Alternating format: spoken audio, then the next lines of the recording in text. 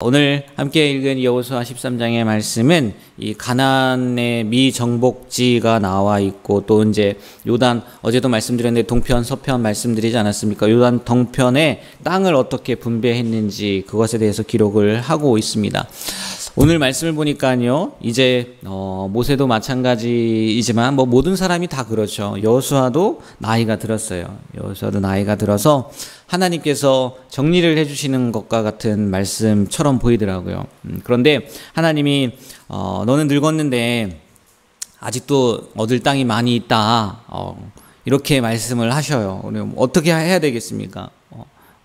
그래서 6절에요, 하나님께서 이렇게 여호수아에게 명령을 하죠. 6절을 보면 제가 읽어드릴게요. 내가 그들을 이스라엘 자손 앞에서 쫓아내리니 너는 내가 명령한 대로 그 땅을 이스라엘에게 분배하여 기업이 되게 하되. 너는 이제 나이가 많아서 정복하지 못하겠지만 내가 할 거야. 대신 너는 뭐 하라고요? 그 땅을 분배해서, 야, 이 땅은 너희 땅, 이 땅은 누군데 땅, 이렇게 그렇게 해라 말씀을 해 주신다는 거죠. 그러니까 이 말씀을 보면 이거를 이렇게 생각해 보면 어떨까 해요. 하나님은 쉬지 않으신다는 거죠. 하나님은 결코 쉬지 않아요. 언제까지요? 하나님의 약속을 이루실 때까지, 일을 다 이룰 때까지. 그럼 문제는 뭘까요? 우리가 쉰다는 거예요. 하나님은 쉬지 않으시는데 우리가 쉬고, 뭐 이런 육체적인 연약함 때문이기도 하겠죠. 뭐 나이 먹는 거 어떡하겠어요? 우리가 쉰다는 거죠. 13절을 보면요, 그래서 이렇게 표현을 하기도 합니다. 미리 이렇게 그 요단 동편이죠. 그 모세를 통해서 정복했었을 때 나왔던 말씀인데 그렇게 표현을 하고 있어요. 13절, 그슬 족속과 마아가 족속은 이스라엘 자손이 쫓아내지 뭐 했다고요? 아니하였다는 거예요. 그슬과 마아가시 오늘까지 이스라엘 가운데에서 거주하니라. 하나님께서는 분명히 다 쫓아내라고 하셨건만 온전히 순종하지 않았다는 거예요. 하나님은 일을 다 마칠 때까지 쉬지 않으시는데 누가 쉬는 거예요? 우리가 쉰다는 거죠. 결과적으로요, 보면 이 가나안 땅에 남은 민족들은 그 이스라엘의 나중에 올무가 되고 말아요. 올무가. 그래서 죄를 짓게 하죠. 우리는 미래를 알지 못해요. 또 알 수도 없고, 그리고 또 안다고 해도요, 하나님께서 그 모든 것이 하나님의 손 안에 있기 때문에 하나님께서 바꿔버리시면요, 아무 소용이 없어요. 뭐 점을 치는 사람들이, 우상을 숭배하는 사람들이 뭐 이쪽으로 가면 안 된다, 저쪽으로 가면 안 된다, 미래를 점친다 할지라도, 설령 그 미래가 맞는다 할지라도요, 하나님이 바꾸면 끝나는 거예요. 다 아시는 하나님께서요, 우리를 위해요. 하나님을 위해서 다 쫓아내라가 아니란 말이에요. 우리를 위해서 쫓아내라고 하는데, 그렇게 말씀해 주시는데, 쉬지 말라고 말씀을 하시는데 우리는 쫓아내지도 않고 또 쉬려고 하고 멈추려고 하고 하나님의 말씀을 듣지 않는다는 거죠. 제가 예전에도 말씀을 드렸던 것 같긴 한데, 그 선교사처럼 살란가, 정확하게 책 제목이 생각이 안 나요. 그 책 내용 가운데 보면요, 이런 얘기가 있어요. 우리는 늘 플랜 B를 생각한다는 거예요.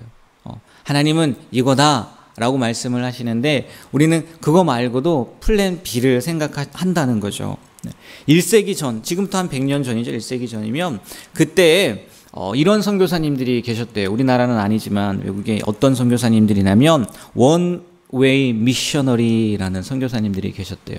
원웨이, 무슨 말이겠습니까? 편도의 편도, 왕복이 아니라는 거예요.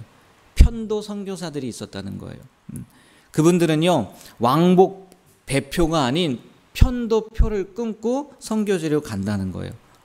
항구를 빠져나가면서 사랑하는 사람들과 아는 사람들과 작별했다는 거죠. 그게 무슨 얘기겠어요? 나는 거기에 뿌리를 박을 거야. 나는 풀린 비가 없어. 하나님이 시키셨기 때문에 나는 거기에 가서 모든 것을 쏟아 놓을 거야. 이런 마음으로 가는 선교사님들이 계셨다는 거예요. 뭐 그런 선교사님들이 간 지역이요, 변화된다는 것은요, 당연할 거예요. 그래서 어떤 지역에요, 이런 패가 그 선교사님이 돌아가셨을 때 이런 패를 달아놨다고 하더라고요. 그가 왔을 때 빛이 없었다. 그가 떠났을 때 어둠이 없었다. 이런 그 묘비명이라고 하나요? 그걸 붙여놓고 그런 삶을 살았다는 거죠. 이게 하나님을 따르는 사람들의 모습이라는 거예요. 또 그게 맞는 거고, 성경을 보면 여호와의 말씀대로 행했더라. 여호와께서 말씀하신 것과 같이 되었더라. 이런 말씀들이 있잖아요. 그것처럼요, 우리의 삶이 이랬으면 좋겠어요. 여호와의 말씀대로 행했더라. 아멘이십니까? 네? 여호와께서 말씀하신 것과 같이 되었더라. 정말 우리가 살면서 내 입맛, 내 성향, 내 능력, 내 조건, 그리고 다른 것을 생각하는 것이 아니라 하나님께 모든 것을 다 맡기고 하나님의 무슨 말씀이든 어떤 말씀이든 순종할 수 있는 그런 사람, 하다 못하면요, 그렇게 나이가 많아서 늙어져서 하나님이 이제는 야 늙었으니까 그만 됐다, 이렇게 인정해 주시는 그런 귀한 삶을 살 수 있는 우리가 되었으면 좋겠습니다. 이 새벽에 주님 앞에 나와 오늘도 기도하실 터인데, 하나님, 내가 정말 끝까지 이제는 족하다라는 하나님의 말씀을 들을 때까지 그 말씀대로 순종할 수 있는 삶을 살 수 있도록 도와주세요 라고 기도할 수 있는 귀한 시간이 되길 주님의 이름으로 축복합니다. 그리고 계속해서 13장의 말씀을 보면요, 요단 동편의 정복지, 또 정복한 지파에 대한 말씀이 나오는데 8절부터 14절까지 그 요단 동편의 그 정복지를 다 얘기하고, 또 15절부터 31절까지는 르우벤 지파, 갓 지파, 므낫세 반 지파에게 분배한 것을 말하고요. 거기에 추가로 어떤 지파가 나오냐면 레위 지파에 대한 이야기가 나와요. 오늘 말씀에 두 번 나오는데 14절에 한 번, 33절에 한 번 나오는데 21장에 가면 더 자세하게 나오기는 합니다. 근데 미리 나왔으니까 이 레위 지파에 대한 말씀만 드리고 오늘 말씀을 마치려고 하는데, 이 레위 지파가 총 48성읍이거든요. 근데 지금 요단 동편에도 레위 지파가 거하고 나중에 정복한 요단 서편에도 거하는데 어떻게 거했냐? 골고루 거했단 말이에요. 각 지파에 속해서 골고루 거했다는 거예요. 이 사실은 무엇을 의미하냐? 이 레위 지파가 어떤 지파입니까? 하나님 앞에 가장 가까이에서 제사하는 지파잖아요. 제사했던 지파잖아요. 그러니까 그 가까운 다른 지파들에게 하나님께 제사하는 방법, 다른 말로 뭐 하는 방법이요? 예배하는 방법을 가르치기 위해서 하나님께서 이렇게 골고루 나눠서 살게 하지 않으셨겠냐는 거예요.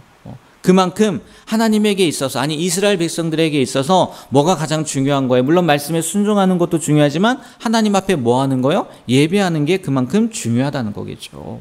그도 그럴 것이요, 우리가 우리의 삶이 예배라고 하는데 늘 하나님 앞에 예배하는 삶으로 사는 사람과 그냥 나에게 주어졌으니까 그냥 오늘 하루를 사는 사람과 그 삶의 의미는요, 틀림없이 다를 거란 말이에요.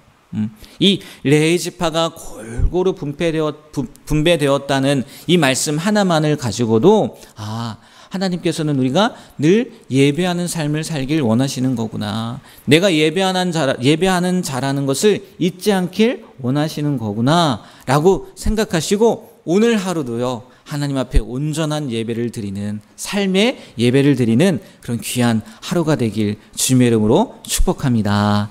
기도하겠습니다. 하나님, 오늘도 생명 주셔서 주님 앞에 나와 기도하게 하시고 또 말씀을 듣고 그 말씀을 우리 마음 가운데 새기게 하여 주심에 감사드립니다. 하나님, 정말 쉬지 않으시는 하나님이시건만 우리는 우리 뜻대로, 우리 생각대로, 우리 마음대로 쉴 때가 있고 또 하나님이 말씀하시는 대로 순종하지 못하는 플랜 B를 늘 생각하며 살 때가 있다는 것을 고백합니다. 하나님, 이 시간 그 모든 것들을 내려놓고 어떠한 말씀이 되었든지 간에 순종할 수 있는 귀한 삶이 되게 하여 주시고 또 하나님께 무엇보다 예배하는 삶으로 살아갈 수 있는 우리가 되게 하여 주셔서 매 순간이 하나님 앞에 올려드려지는, 하나님께 연락되어지는 그런 귀한 삶이 될 수 있도록, 그런 귀한 순간이 될 수 있도록 은혜를 더하여 주시옵소서. 감사하며 예수님의 이름으로 기도합니다. 아멘.